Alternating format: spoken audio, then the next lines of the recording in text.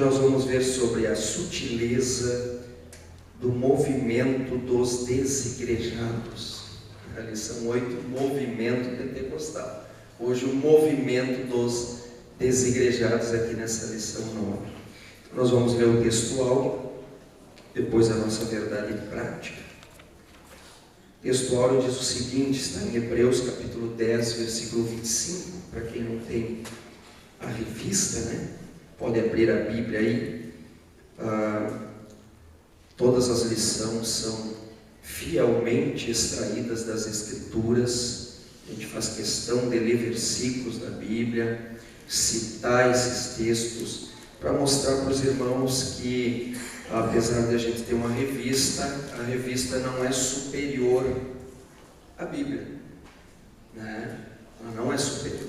Às vezes as pessoas se familiarizam com a revista e dizem, olha, parece até que a revista é superior às Escrituras. Mas não é, ela é um subsídio, ela é um auxílio para os alunos, para o professor, para explicarmos a palavra de Deus.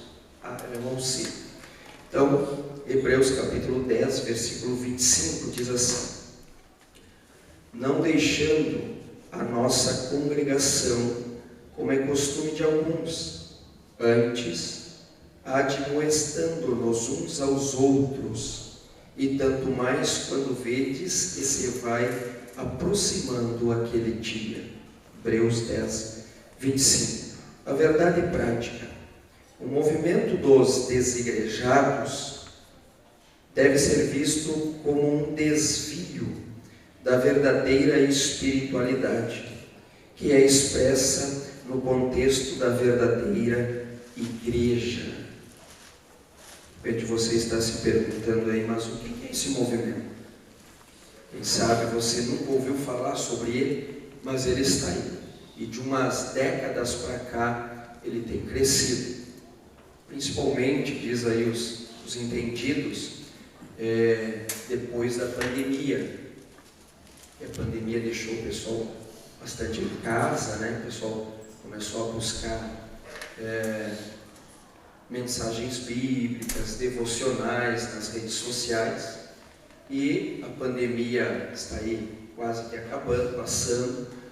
Os cultos retornaram já há um bom tempo, mas tem gente que não retornou, né? Seguiu em casa, entre aspas, se alimentando espiritualmente pelas redes sociais.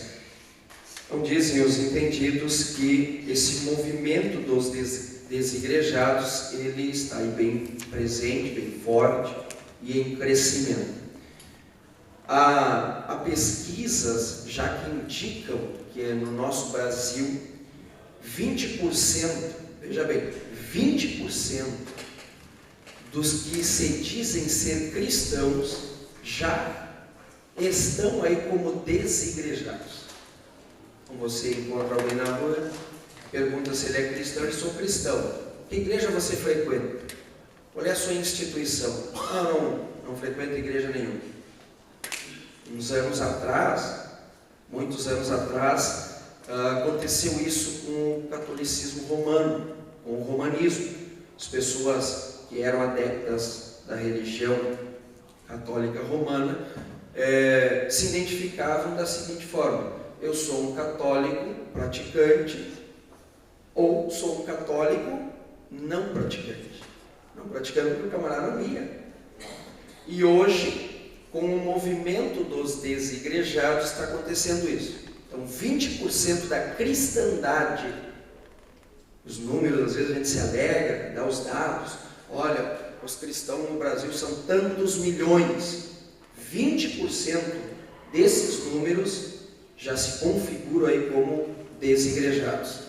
Pessoas que se dizem cristãs, que se dizem professar uma fé cristã, né, evangélica, mas não congregam em lugar nenhum, não pertencem a instituição nenhuma. Então, os desigrejados, esse movimento, ele faz, a marca desse movimento é fazer uma oposição ferrenha, diga-se de passagem, ferrenha à igreja institucionalizada e organizada.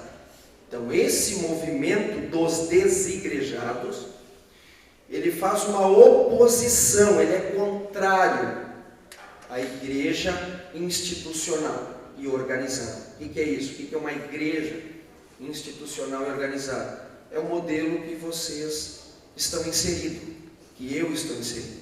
Esse modelo aqui, o modelo da nossa igreja. Um templo, uma hierarquia eclesiástica, com liderança, um ministério, toda essa estrutura, dízimos, ofertas, contribuição financeira, toda essa estrutura que você está familiarizado, que participa, para um desigrejado, para esse movimento, essa estrutura, esse modelo é antibíblico. Então eles desprezam esse modelo. Eles dizem que esse modelo institucional e organizado não é o modelo do Novo Testamento, não é o modelo revelado na Palavra de Deus. Então eles fazem essa oposição. E para quem está descuidado com isso, se torna uma vítima fácil. Eles têm bons argumentos, são bastante sutis, certo? E se deixarem, eles convencem, né? Eles convencem com elementos até mesmo extraídos do Novo Testamento para dizer: olha, essa igreja que você está congregando, que tem toda essa estrutura, toda essa organização, isso aí está errado, né? Então, por isso nessa noite, nessa nona lição, nós vamos ver aqui a sutileza desse movimento dos desigrejados, tá? Então essas pessoas elas condenam a igreja institucional e na verdade há dois tipos de desigrejados. É isso que a gente se informando percebe. A revista, a lição, como você sabe, ela é bem resumida, ela trata de um desses tipos, mas eu quero fazer questão de mencionar esse segundo tipo de desigrejado, que é uma realidade. A revista ela foca mais naqueles que são os propagadores dessa oposição, tá? Mas há um outro tipo de desigrejado mais comum, que de repente você até já tenha entrado em contato com algum deles. Então são dois tipos de desigrejados. Não são 3, não são 4, não são 10. Quem sabe, futuramente pode até crescer, né?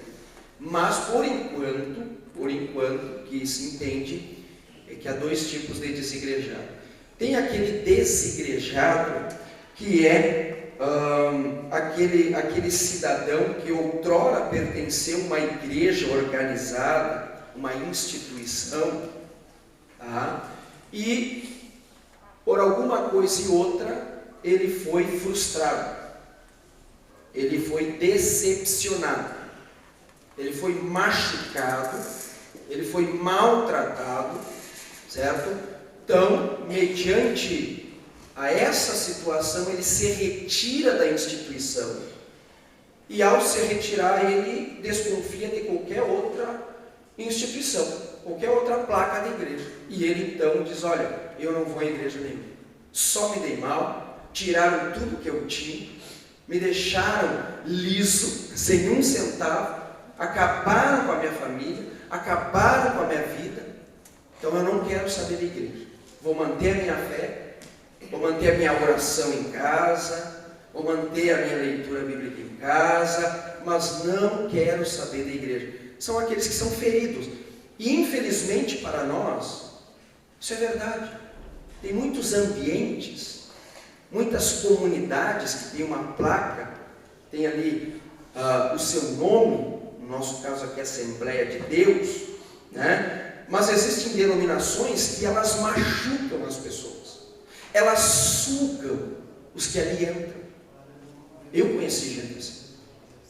Elas acabam literalmente com as famílias, porque são lideradas por homens sutis, que só estão interessados em benefício próprio, dão maus conselhos.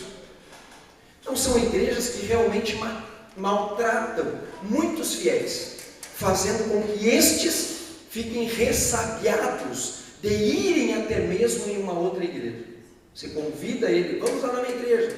Você vai ver a resposta assim destes que se colocaram nessa situação. Vou dizer assim, não vou à igreja. Não vou à igreja nenhuma. Todas são iguais. Já englobam tudo. Então há esse tipo de desigrejado. Há essa pessoa que está machucada. O nosso conselho é que se alguém sente-se assim, tá? Nós devemos tratar essa pessoa, fazer com que ela, pode ser um psicólogo, né? Tirar aquela dor emocional ali daquela pessoa, fazer ela se erguer novamente e se congregar, tá bom? Então há esse tipo de desigrejado, pessoas feridas, machucadas, decepcionadas, frustradas com a instituição. Mas há um segundo tipo, que aí é o que a revista trata aqui, que é aqueles que são chamados de idealistas, os desigrejados idealistas, assim que eles são chamados. Aí esses sim, eles são contra a igreja organizada, instituída, e estes fazem a sua oposição ferrenha, tá? E estes trazem argumentos, como eu mencionei no início. Esses são os idealistas. Eles não são desigrejados porque eles congregaram na igreja, se decepcionaram, isso e aquilo. Não. Esses, eles têm essa posição consciente, tá? Sem terem sido ferido ou semelhança como desigrejado lá que foi machucado. Não, esses, eles até estudam a palavra de Deus, eles leem os textos, eles têm uma boa argumentação, são os idealistas. E esses são os maiores perigos para mim e para você. Porque de repente, você está escutando alguém lá na rede social, tá? Você está admirando alguém na rede social porque ele fala bem, tem uma boa mensagem, entre aspas, ele é doce ao falar, ele é carismático ao falar, mas aí ele não congrega em lugar nenhum. Se você estudar a fundo o entendimento desse cidadão, ele é um desigrejado, ele é um opositor. Eu conheço dois nas redes sociais, e não vou dizer o nome deles, porque de repente se vocês escutarem, vocês podem cair nessa malha, mas são dois grandes, de repente um vocês não conhecem tanto, mas um outro, ele é bem influente, tem livros lançados. Há muito tempo atrás ele pertencia a ter uma denominação, tá? Mas se retirou e hoje é um desigrejado. É quase que aquele ministério pelo YouTube, sabe? O ministério pela rede social. Você mandou uma perguntinha lá para ele: qual é a sua instituição, qual é a sua igreja? Não precisa da igreja. Então, estes sim trazem a sutileza das palavras para convencer os ouvintes a também se tornar um desigrejado.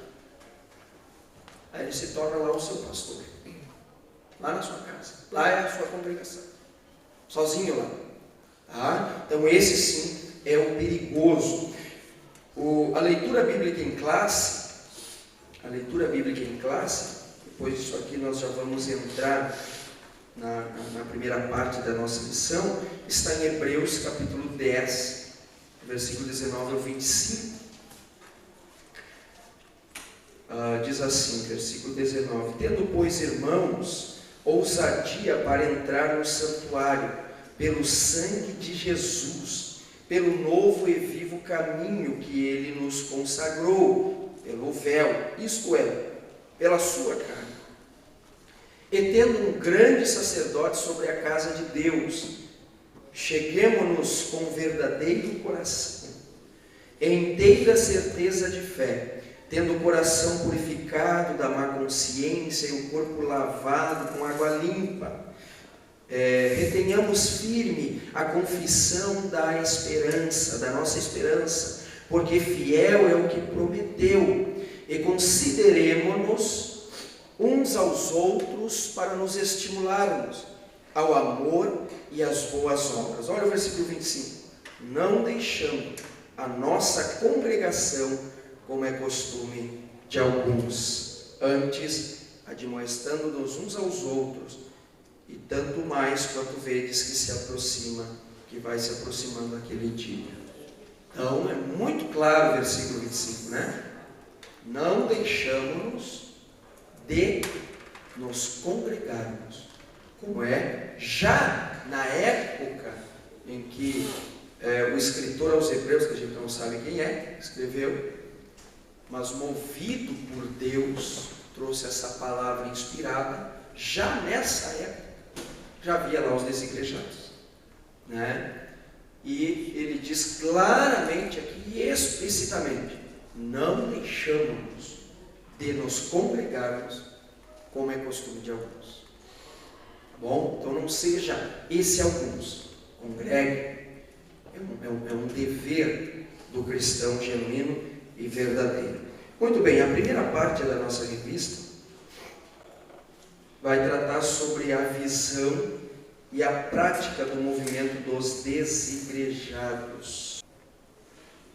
Então, esses desigrejados, idealistas, que são os propagadores dessa oposição, que são aí os mentores, que levam esse, entre aspas, ensino, que não há a necessidade de uma igreja organizada e institucionalizada, eles dizem que esse modelo não reflete o modelo do Novo Testamento.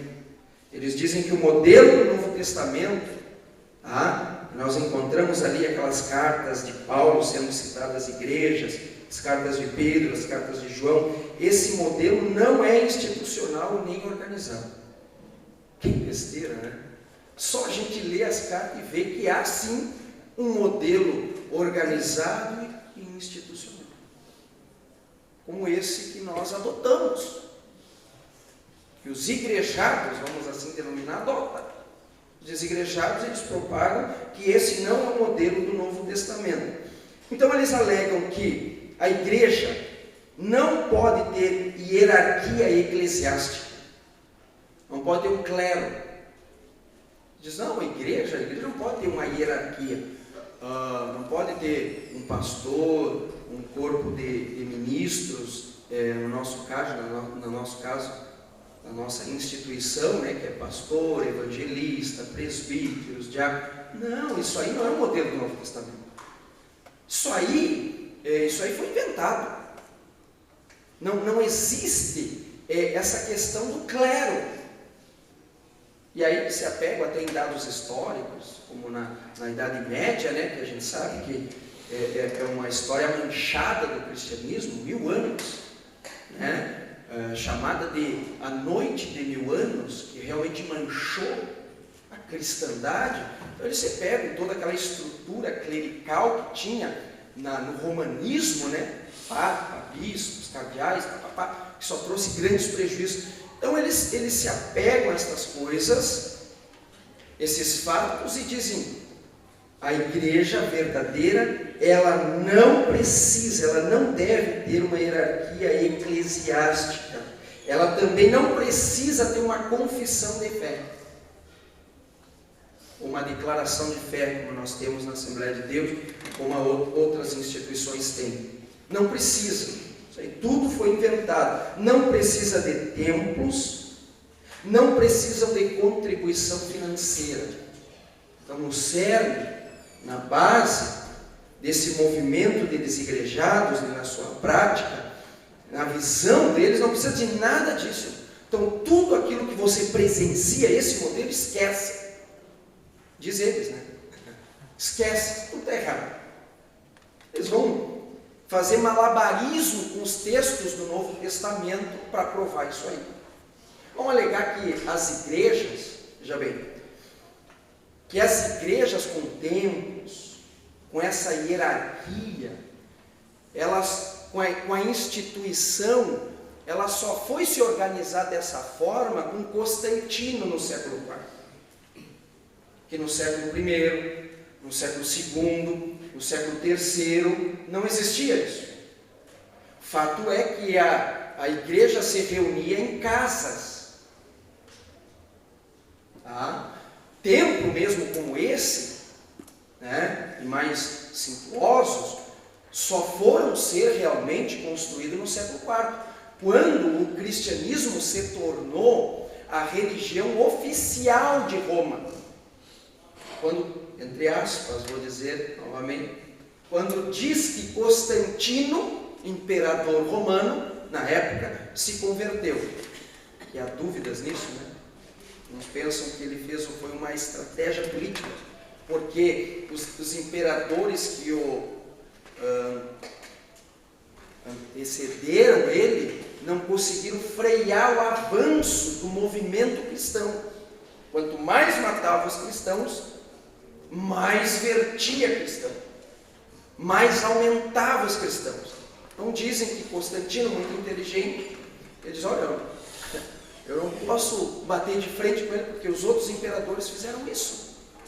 E o efeito foi contrário. Então dizem as más línguas, né, que ele não se converteu, mas que ele teve essa jogada política e tornou o cristianismo a religião oficial do Império Romano. E aí depois foi sendo acrescido aí o papado, toda aquela estrutura que você vê na TV quando passa as imagens lá de Roma, no Vaticano. Então toda aquela estrutura. Bom, mas é verdade, não tinha esses templos. Os irmãos da igreja primitiva se reuniam até nos cemitérios, por assim dizer, em lugares escondidos, que estavam sendo perseguidos. Se reuniam nas casas, é verdade.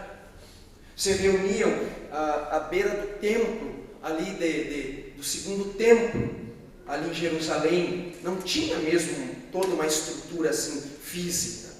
Tá? Então eles se agarram com força nesse ponto e dizem: viu, então a igreja do primeiro século, a igreja do segundo século não acontecia dessa forma, nesse modelo. Tá? Não acontecia, mas olha a circunstância que o cercava.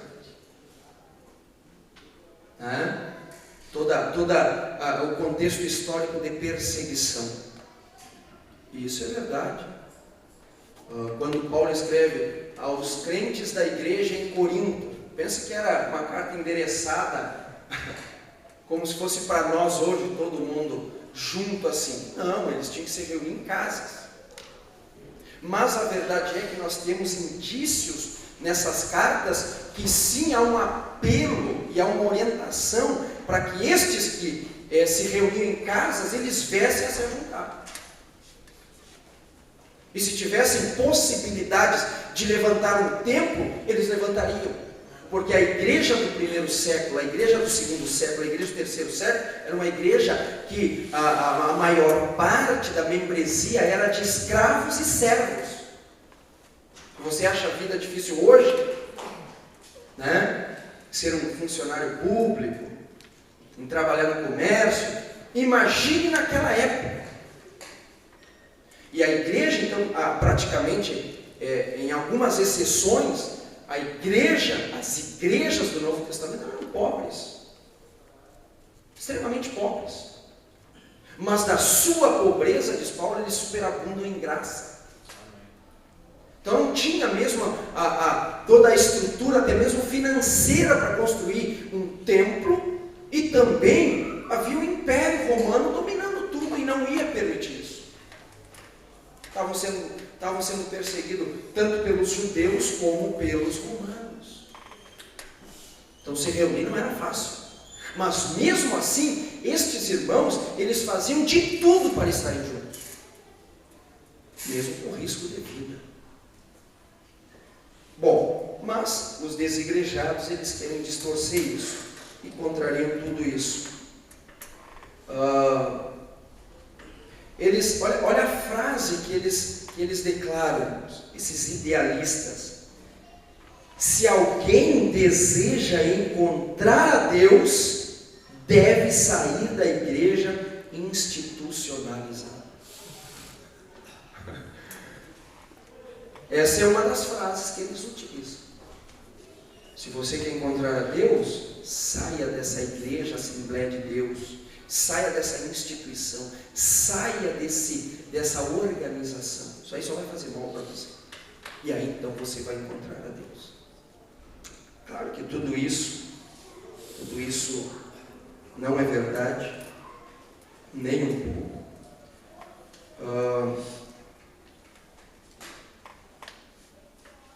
Outras cositas mais, eu estava lendo um artigo sobre isso, que eles jogam para cima dos seus ouvintes, é que, olha a igreja organizada, a igreja como instituição, olha os escândalos que tem. E a pergunta é, tem? Tem, infelizmente. Então eles olham os escândalos, olha aquele líder, olha o que ele fez. Diga o fantástico, né? Quase todos os domingos tem lá sendo exposto um pastor ou algum líder, né, de algum movimento institucional e organizado lá. Pá! Tem. Então eles olham isso aí. São provas que essa forma, esse modelo da igreja institucional é errada. Eles também se apegam à questão do pragmatismo religioso, ou seja, o misticismo e o sincretismo dentro das igrejas, né? E nós sabemos que muitos recintos onde se dizem igreja ali, o que realmente acontece é isso, é misticismo e sincretismo.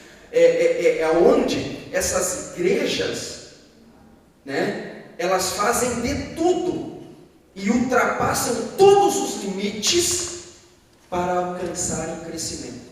Isso é o pragmatismo religioso. Então eles dizem, olha o pragmatismo religioso aí. Onde é que está isso nas Escrituras?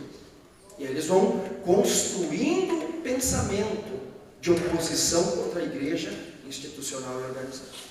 Eles também se pegam aí ao senhorio dos líderes, e é verdade, tem denominações que há um grande líder, e esse líder é intocável. Esse líder é intocável. Né? Ele é o líder da igreja, ele é o dono da igreja. Há um senhorio. Estava vendo isso aí, me lembrei do que o apóstolo João escreveu na sua terceira epístola, onde ele fala de 3 homens. Ele menciona ali Gaio, ele menciona Demétrios e ele menciona Diótrefes. E João elogia Gaio, elogia Demétrios, e ele senta o sarrafo em Diótrefes, que tudo dá a entender na carta que João escreve para eles, lá para essa igreja, a terceira epístola de João, tudo dá a entender que Diótrefes era o líder dessa igreja. Só que Diótrefes era um líder tirano, ao ponto dele rejeitar as cartas do apóstolo João. As cartas que João mandava para a igreja em que Diótrefes liderava, quando o Diótrefes recebia, ele rasgava. Ele não lia. E João, já com quase 100 anos de idade, diz, eu vou aí. E aí tu vai se ver comigo. Eu fico imaginando João, cabecinha branca, barbinha branca, um apóstolo que andou com Jesus Cristo, uma testemunha ocular de Jesus, e aí o Diótrefes, que se achava dono da igreja, estava lá espremendo e sufocando Gaio, que era membro da igreja, e também impedindo que Demétrios, que era uma espécie de um missionário, chegasse na igreja. E dizendo, Gaio, se tu recebeu Demétrios, porque Gaio tudo indica que ele era assim, ele recebia os mensageiros, os missionários na sua casa. E o Diótrefes está ali dizendo, se tu receber alguém, eu te excluo da igreja. Então são verdadeiros donos da igreja. E aí os desigrejados dizem, olha, é isso aí? Esse é o modelo do Novo Testamento, da igreja institucionalizada? Eles também se prende aí a questão dos adeptos, que tem adeptos, seguidores de uma certa instituição, e esses seguidores, pastor Josias, eles defendem mais a instituição do que o próprio evangelho. Os caras são, sabe aqueles torcedor fanático? São os torcedores fanáticos da instituição. Você vai conversar, você quer mostrar que ali naquele recinto está errado, há heresias. Eu digo, não, eu sou, e aí você sabe, é uma propaganda que está na TV assim, né? E aí eles são mais defensores do evangelho, melhor dizendo, são mais defensores da instituição da placa. É como se eu fizesse de tudo só para defender a Assembleia de Deus. Nós temos erros? Temos. Nós temos líderes que se encaixam nessas características que eu mencionei aqui? Temos, infelizmente. Infelizmente. Temos na nossa instituição, que é no Brasil todo, é a maior igreja do mundo, a Assembleia de Deus. Temos pragmatismo, sincretismo, e temos. O pastor Josias falou aqui, infelizmente. E aí dizem, nós somos pentecostais, somos da Assembleia de Deus. Temos, mas mesmo tendo esse tipo de situação dentro da nossa igreja, nós não vamos nos tornar um desigrejado.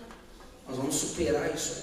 Vamos corrigir, porque nós não defendemos a placa da igreja. Nós defendemos o verdadeiro evangelho. Então não seja um defensor da Assembleia de Deus. Seja um defensor do evangelho. E se porventura você vê que essa igreja aqui, onde nós temos um pastor, nós temos um ministério, e se a gente está se desviando um pouquinho, que seja, um milímetro que seja, daquilo que é determinado pelo Novo Testamento como a igreja deve ser, por favor, peço aqui encarecidamente para vocês, nos ajudem a nós nos corrigirmos. Nos ajudem, porque nós não estamos aqui para defender a placa da igreja, nós estamos aqui para defender o verdadeiro evangelho. Tá? Então os desigrejados, eles pegam todos estes argumentos aí, que infelizmente são reais em muitas igrejas constituídas, institucionais, mas são argumentos que não servem para a pessoa não congregar e ser um opositor do modelo que você está aí familiarizado em si, tá bom? Certo, meus irmãos, deu para entender como é que funciona a cabeça desses desigrejados idealistas? São contrários a tudo. Tudo que você vive e pratica aqui dentro é ao contrário. E dizem todas estas coisas aqui que eu mencionei. Então não se deixe levar por eles se você, porventura, algum dia encontrar. Seja nas redes sociais ou pessoalmente, não se deixe levar. Congregue. E agora então nós vamos ver a segunda parte aqui.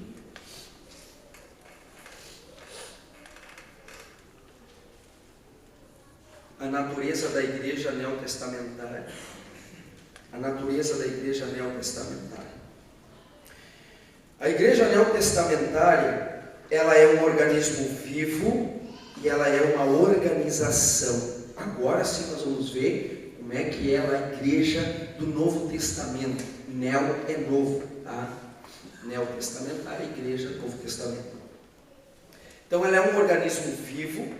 Isso significa que é o corpo de Cristo. A igreja organizada, essa que você pertence, como nós temos um modelo aqui, ela é o corpo de Cristo. Só que esse corpo de Cristo, ela ultrapassa os limites da instituição. O que isso quer dizer? Quer dizer que não é só a Assembleia de Deus que é o corpo de Cristo. Ela ultrapassa a nossa placa. Vai ter outras instituições, outras igrejas que são organizadas, que adotam esse modelo, que também pertencem ao corpo de Cristo. Eu estava vendo isso e me lembrei do seminário apologético, que foi muito proveitoso, tanto para nós que damos aula, né, como para aqueles que estavam presentes, acredito. E nós ouvimos aqui na palestra do Ronaldo sobre pseudos, né, movimentos pseudo-cristãos, e nós ouvimos aqui que uma das características de uma seita é achar ou pensar ou pregar que só quem pertence àquela placa, àquela instituição, é que vai ser salvo. Isso é característica de seita. Mas isso não é verdade. O corpo de Cristo, como organismo vivo, ele ultrapassa os limites da placa da igreja, da instituição. Isso é uma característica de uma seita. Isso é... Existem igrejas evangélicas que se dizem que só elas que são certas. Só elas salvam. Se você não tiver, o pastor José está somando aqui. Isso eu já ouvi também. Não vou me expor muito aqui porque está até sendo gravado, depois vai para... Mas assim, eu já ouvi pessoas dizerem, não, se só tal igreja, ou a minha igreja, né, só ali para adquirir a salvação. Isso é característica de seita. Isso é não entender que a igreja é um organismo vivo, que ela é o corpo de Cristo. Então não pense assim. Não pense assim, só quem está na Assembleia de Deus é que vai alcançar a salvação. Não. Se você falar desse jeito, você vai nos apresentar como uma seita. E nós temos. O catolicismo romano, ele abertamente declara isso. Por isso teve muito sucesso a questão de ser excomungado da igreja. As pessoas tinham medo de serem excomungados da igreja, porque perderia a salvação. E na doutrina, na base do romanismo, só é salvo quem estiver debaixo dessa instituição. Fora dela, ninguém mais é salvo. Então você está perdido. Nós aqui estamos perdidos. Mas não é verdade. A igreja do Novo Testamento, os indícios que são fortes ali, é que ela é um organismo vivo, ela é o corpo de Cristo, ultrapassando as instituições. Então, a gente tem que parar às vezes de brigar, né? Eu sou da Assembleia, eu sou da Madureira, eu sou da Deus e Amor, eu sou... Para com isso não é jogo de futebol. Lá dentro dessas denominações, tantas outras, desde que esses meios não sejam totalmente com distorções do verdadeiro evangelho, com heresias, mas lá tem alguém que pertence ao corpo de Cristo, do organismo vivo, da igreja neotestamentária.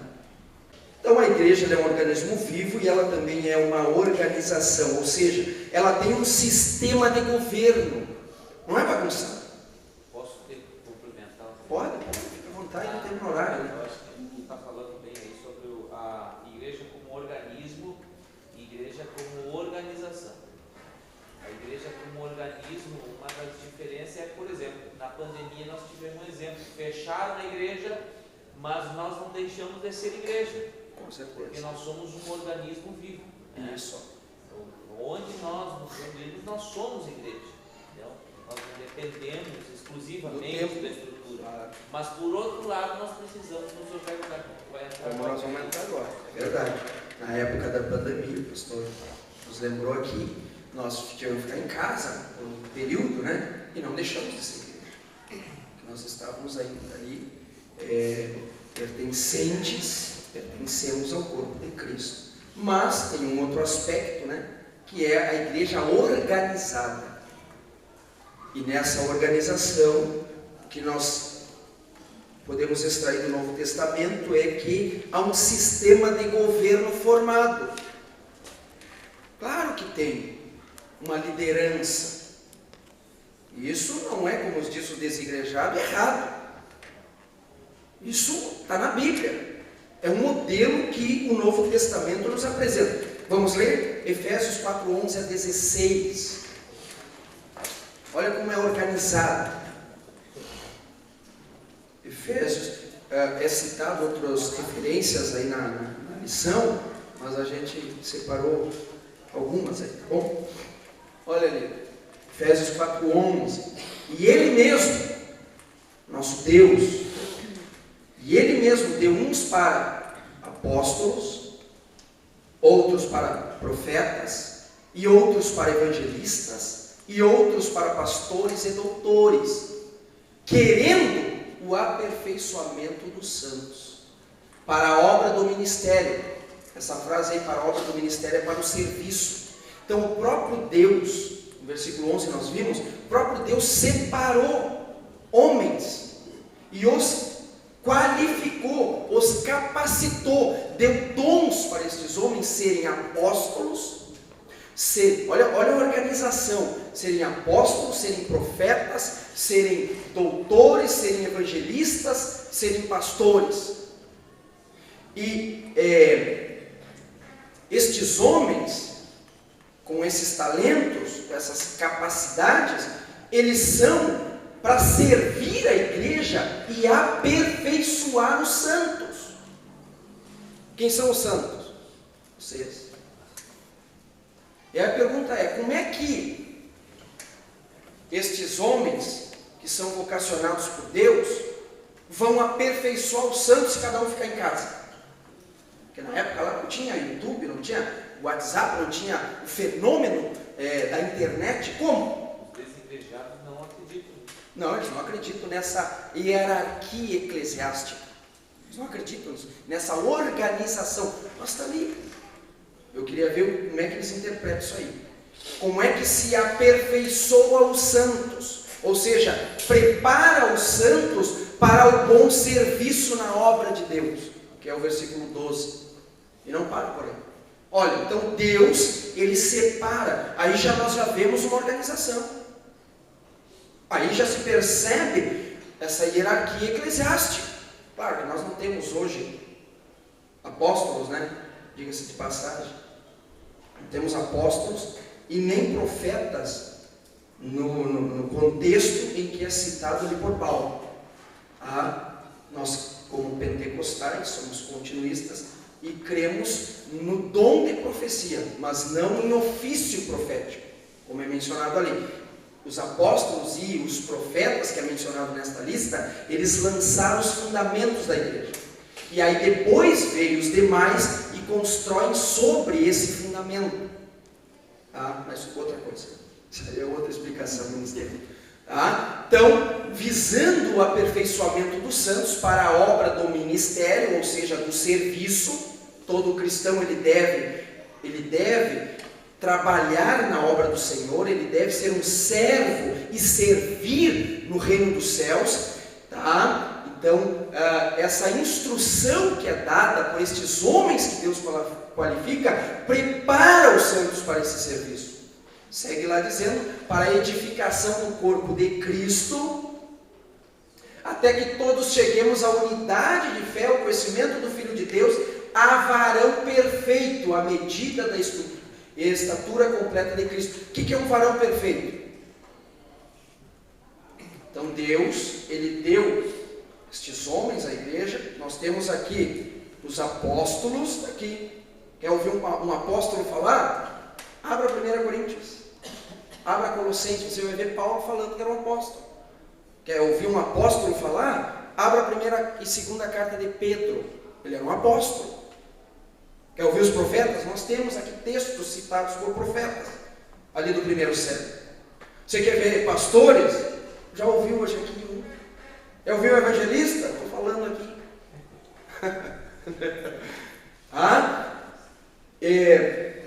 E essas instruções que são passadas por estes que Deus separa, nessa organização, é visando que esses santos, além de serem aptos para o serviço, se tornem varão perfeito. Ah, então varão perfeito é alguém que não comete erro. Não, não é isso. Tem que entender a linguagem dentro do seu contexto. O que é um varão perfeito? Varão perfeito é aquele homem maduro, chegou na maturidade. O Ronaldo tem um menininho, né? Quantos anos? 10 anos. Ele pode chegar para ti e dizer: eu sou um homem maduro. Pode?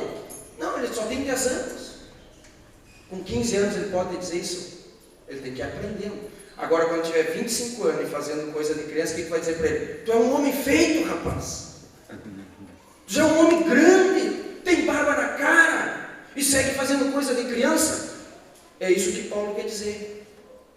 Paulo diz: olha, Deus instituiu e organizou dessa forma para que os santos, além de serem ensinados, educados para trabalharem no serviço da obra do Senhor, possam ser também maduros espirituais, adultos espirituais, e não sejam crianças, meninos, infantis.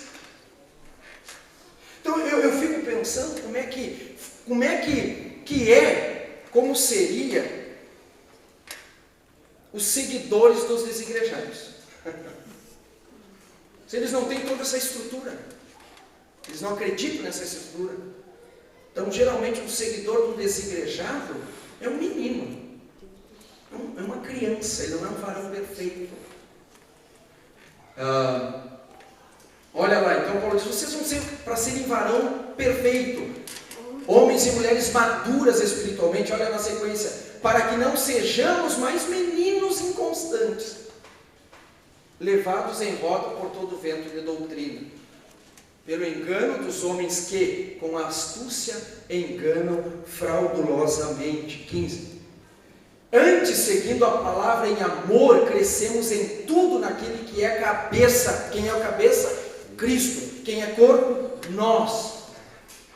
Do qual todo o corpo bem ajustado e ligado pelo auxílio de todas as juntas. Vocês perceberam essa frase de Paulo? Um corpo bem ajustado, bem ligado. O que é isso? Um corpo organizado, né? Imagina se o meu dedo fosse aqui na nuca. Se não tivesse organização. Então a igreja do Novo Testamento, pela orientação dos apóstolos, há uma organização. Não é como os desigrejados acreditam, que não tem organização, não precisa. Está ali.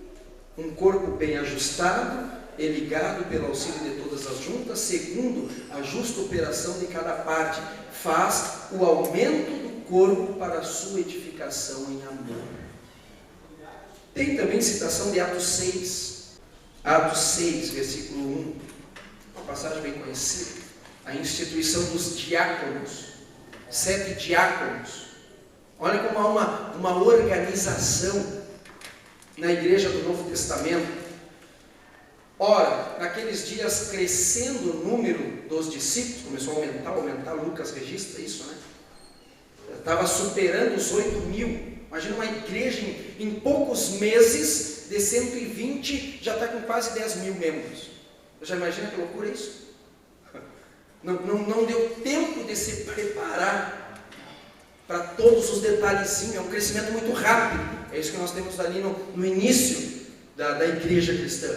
Então, crescendo o número dos discípulos, houve murmuração dos gregos contra os hebreus, porque as suas viúvas eram desprezadas no ministério cotidiano. A reclamação foi que as viúvas helenistas, de fala grega, eram judeus que não moravam nos limites de Israel, eram judeus, mas viviam nas outras províncias, longe de Israel. Então falavam grego, então por isso são chamados helenistas. Então essas viúvas, quando entraram na igreja, elas começaram a reclamar que as viúvas judias estavam sendo mais atendidas nas suas necessidades do que elas de fala grega. E aí houve essa murmuração. Era muita gente, e tinha muita viúva. Tinha viúva no primeiro século que tinha 18 anos de idade, porque os maridos iam para a guerra, morriam cedinho, né? Era quase que uma questão de calamidade pública as viúvas no primeiro século. Elas não podiam ser amparadas pelo Estado nenhum. Então, uma viúva no primeiro século, quando seu marido morria, devido a muitas restrições que era feita à mulher, ou ela se tornava uma prostituta, ou ela ia mendigar para poder sobreviver. A mulher ficava viúva, ia ter que fazer isso, não importasse a idade. Imagine a situação essa situação, irmãos. Então, quando essas viúvas chegaram na igreja, elas tiveram que ser socorridas. E aí elas começaram a reclamar, essas nefalelenistas, que as viúvas hebreias moravam ali em Jerusalém, na Judéia, estavam recebendo mais ajuda do que elas, e todas pertenciam à mesma igreja. O que aconteceu? Essa situação se levantou, aí versículo 2, e aos 12, nós temos 12 apóstolos, convocando a multidão dos discípulos, disseram: não é razoável que nós deixemos a palavra de Deus e servimos as mesas. Escolhei, pois, irmãos, dentre vós 7 varões de boa reputação, cheios do Espírito Santo, de sabedoria, aos quais constituamos sobre este importante negócio. Então ele disse: olha, os apóstolos disseram assim, olha como se encaminha para uma organização, diz assim, olha, não é razoável nós, os apóstolos, que temos essa vocação, deixarmos a palavra de Deus, o ensino, esse ministério glorioso, a esse dom glorioso do ensino, para nós estarmos nos envolvendo, ainda que importante, não é um desprezo aqui, importantíssimo isso. Fato é que eles resolveram, quando eles souberam da situação, eles resolveram na hora. Então, mas não é razoável que nós deixamos a palavra de Deus, o ensino, o estudo, eles escreviam cartas, estavam ali, deveriam sempre estar aptos a trazer o ensino da revelação especial de Deus. Então eles dizem, não é apto nós deixarmos isso para nos envolvermos nessa situação. Então escolham 7 homens. E aí surgiu o diaconato. Então perceba-se que há sim uma organização, irmãos. Está se formando uma organização. Claro, mais lá adiante, nas demais epístolas, vai ser citado presbíteros. Porque a gente tem que levar em consideração que a igreja, no início, ela cresceu muito rápido. Então as coisas tiveram que ir se ajustando ao longo dessa caminhada inicial. E hoje nós temos tudo pronto. Lá eles tiveram que organizar os apóstolos pela direção divina, os profetas, mas hoje nós é só olhar para o modelo que está ali e aplicarmos. Não precisa inventar nada. É olhar para o modelo do Novo Testamento sobre essa organização e seguir o modelo, seguir o exemplo. Tinha outra referência aqui, 1 Timóteo 5:17. Ali. Aí já nós temos Paulo já mencionando os presbíteros. Olha bem o que ele diz: os presbíteros que governem bem sejam estimados por dignos de duplicada honra. O que é esse duplicada honra aí, irmãos? Não é chegar para um líder que governa bem. É isso que Paulo diz para Timóteo. Timóteo, para aqueles que lideram bem a igreja, eles devem ser sim recompensados, devem ter um salário bom. Não exagerado, irmãos. Dupla honra aqui não é chegar e dizer para o pastor que governa bem, é dizer, olha, duplo elogio para ti. Não, ele é digno de ter uma tranquilidade financeira. Para quê? Para sair gastar por aí? Não. Para ele se envolver sem preocupações com o ensino da palavra e a liderança da igreja. Então é isso que Paulo diz. Olha, Timóteo, os presbíteros que governam bem sejam estimados por dignos de duplicada honra, principalmente os que trabalham na palavra e na doutrina. Mas olha o 21. Olha aqui. Então Paulo, ele mostra para Timóteo esse cuidado que ele deve ter com os presbíteros, com os líderes que estão empenhados em ensinar, em orientar e tornar os santos varão perfeito. Eles são dignos de dupla honra. Mas olha aqui o recado que ele dá para Timóteo. Conjuro-te. Acho que Timóteo, quando leu, fez assim. Conjuro-te diante de Deus. Paulo diz, Deus vai ser testemunha agora, Timóteo. presta bem atenção, Deus vai ser testemunha. E do Senhor Jesus Cristo e dos anjos eleitos, chamou mais testemunha. Então o assunto é sério.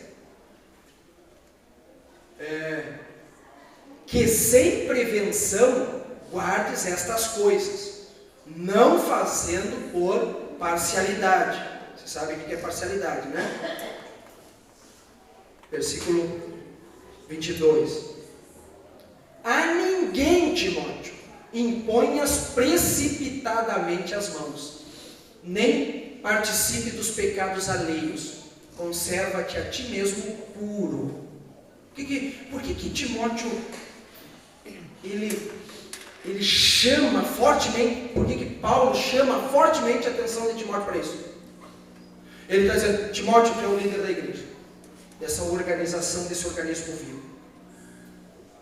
Não separe pessoas para o ministério por parcialidade, por camaradagem, porque é mais do teu lado e não mais do lado do outro. Não faça desse jeito, Timóteo, não faça. Não separem precipitadamente, não te apura a oficializar o ministério de alguém. Não faz isso. Conjuro-te. Tá? Por quê? Porque se assim tu fizer, tu vai estar sendo participante do pecado destes. Então separa alguém errado, precipitadamente. Esse alguém vai trazer gangrena ao corpo de Cristo, sérios prejuízos. E aí, o que Paulo está dizendo? Você que separou, isso é um pecado por tabela, né? Tu vai estar participando do pecado de Cristo. Então não faça isso. Aí no versículo, pula mais uns versículos aí, a gurizada está chegando, versículo 24 e 25. Depois, se você quiser ler em casa todo esse trecho dele, só para mostrar aqui como o Novo Testamento leva a sério esse negócio da organização da igreja, que os desigrejados que não precisam. Quando a gente lê, a gente vê a seriedade com que isso é tratado. Claro que tem instituições aí que é uma bagunça mesmo. Os que são consagrados são tudo precipitadamente.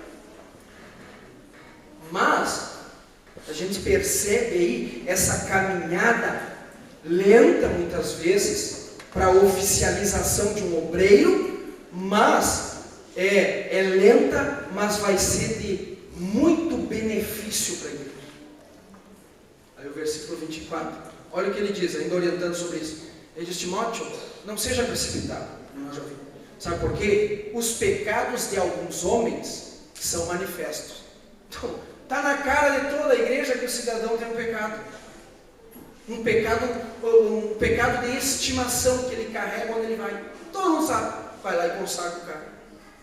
Então, Timóteo tem pecados de uns homens que estão ali, estão às claras. E ele diz mais, no mesmo versículo. Os pecados de alguns homens são manifestos, procedendo um juízo. Vão ter juízo. E alguns, ou seja, os pecados de outros, vão se manifestar mais tarde. Então não seja precipitado, né? A camarada se porta direitinho, bonitinho, passa-se 6 meses, 1 ano, 2 anos, pá! Aquele pecadão que estava lá escondido, né? Vem à tona porque vem. Então ele diz, Timóteo, então não tem precipito. Toma cuidado com a organização da igreja. Certo, meus irmãos? Fechamos aqui. E por fim nós temos a importância e a necessidade da igreja. A igreja é a família de Deus. Tá? A igreja é a família de Deus. E no contexto do reunir-se, que acontece a integração do crente à igreja local. É a família da fé. Então precisa sim congregar-se. Isso aqui é a família da fé. Tá? A igreja é apresentada assim no Novo Testamento. A igreja como testemunho da salvação. Qual a razão da igreja existir? Qual é uma das razões da igreja existir? Promover a adoração coletiva. O nosso culto, ele é coletivo, tá? Ele é coletivo. Na nossa declaração de fé, nos é apresentado seguinte forma: culto coletivo e culto individual. E como a igreja é organizada e tudo seja feito com decência e ordem, como foi mencionado aqui no início, no seu culto individual, que é lá na sua casa, no seu pátio, lá em cima do monte, aí você faz o que você quiser para adorar a Deus. Não tem problema. Faz o que você quiser. Agora, quando nós nos reunimos para adoração coletiva, aí há limites. Né? Se você fizer o que quiser, você pode dar um soco no irmão do lado. Pode atrapalhar a homilia ou a pregação. Então, na adoração coletiva, que é um dos propósitos da igreja, principalmente no culto, então há limites, para não virar bagunça. Porque é isso que os desigrejados querem nos apontar, que nós somos desorganizados. Muito bem, vamos lá. Então, qual é a razão da igreja existir? O companheirismo, a integração. E também proclamar a sabedoria de Deus, ou seja, a salvação. Então, quando nós nos reunimos, nos congregamos, nós estamos proclamando a salvação, a sabedoria de Deus em salvar os homens. E eu encerro por aqui, só lendo mais um texto com vocês, 1 Coríntios 11. Fiz questão de separar esse texto, porque é bem conhecido. E esse texto, ele é um tiro mortal na testa de um desigrejado, que não acredita nessa coisa de congregarmos, de estarmos juntos, de estarmos unidos. Isso é uma bobagem para eles. Essa coisa da igreja institucional, essa coisa da igreja estar ali todos um do lado do outro, isso é uma bobagem para eles. Então vamos lá, 1 Coríntios capítulo 11, versículo 28. Vamos ver. As crianças vão se sentando. Vocês conhecem a passagem, da ceia, Santa Ceia do Senhor. Acredito que muitos aí têm decorado, né? Diz assim: examine-se, pois, o homem aqui é genérico, homem e mulher, a si mesmo, e assim coma deste pão e beba deste cálice. Vai adiante. Porque o que come e bebe indignamente, come e bebe para a sua própria condenação, não discernindo o corpo do Senhor. Por causa disso há entre vós muitos fracos e doentes, e muitos que dormem. Porque se nós nos julgássemos a nós mesmos, não seríamos julgados. Tem os versículos anteriores que eu gostaria de destacar. A igreja de Coríntios tinha um sério problema. Um sério problema. O problema que eles tinham é que quando eles se juntavam, Paulo diz: eu não posso elogiar vocês quando vocês se juntam. Vocês se juntam para pior. E a forma bagunçada como eles se juntavam, Paulo procura corrigir. Ele diz: quando vocês se juntam até para a ceia, está tudo bagunçado. Vocês têm que se juntar sim, mas de forma organizada, para participar da ceia.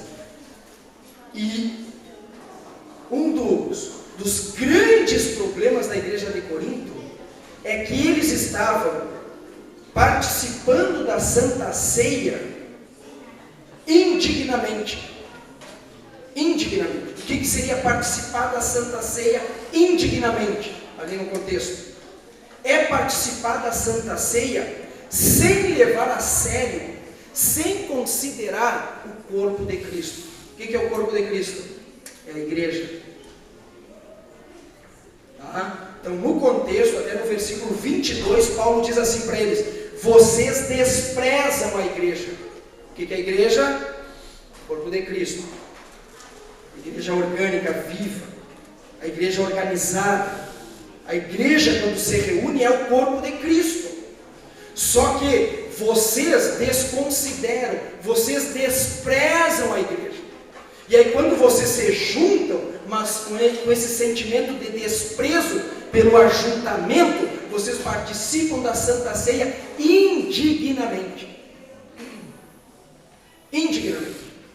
Você sabe aquele cristão que ele não vem um mês na igreja, mas ele vem no dia da Santa Ceia. Ou senão ele não vem 3 meses na igreja. Aí ele sabe que após 3 meses, pela ata, né, pastor? Ele está automaticamente desligado. Aí o que ele faz? Vai contando o calendário. Hoje eu tenho que ir na ceia, senão eu estou... A pergunta é, esse cidadão, ele considera essa junção dos fiéis? Lá em Corinto, muitos membros desprezavam essa família. Só iam na ceia. E Paulo diz, vocês desprezam. Então quando vocês vão na ceia, participam da ceia, com essa intenção, discernindo de forma errada o que é isso, vocês estão bebendo, comendo para a própria condenação. Sabe o que estava acontecendo em Corinto? O texto mostra, muitos estavam fracos, doentes, e outros já haviam até morrido. Por quê? Porque estavam participando da ceia, desprezando o corpo de Cristo, a unidade da comunidade da fé. Então se engana, né? Quem pensa que vem o dia da ceia e está tudo ok. Um mês, Senhor, não participa de nada da igreja, de nenhuma atividade, fica 29 dias, 30 dias em casa, sendo lá doutrinado pelos desigrejados. Aí no dia da ceia, vai lá, participa com nós, levanta as mãos, chora, né? Abraça os irmãos, se chama de amado e coisa e tal. Pois soma. Escritor aos Hebreus, não deixamos de nos congregarmos como é costume de alguns. Não faça isso. Congregue, esteja com nós, esteja participando. Você faz parte da família da fé.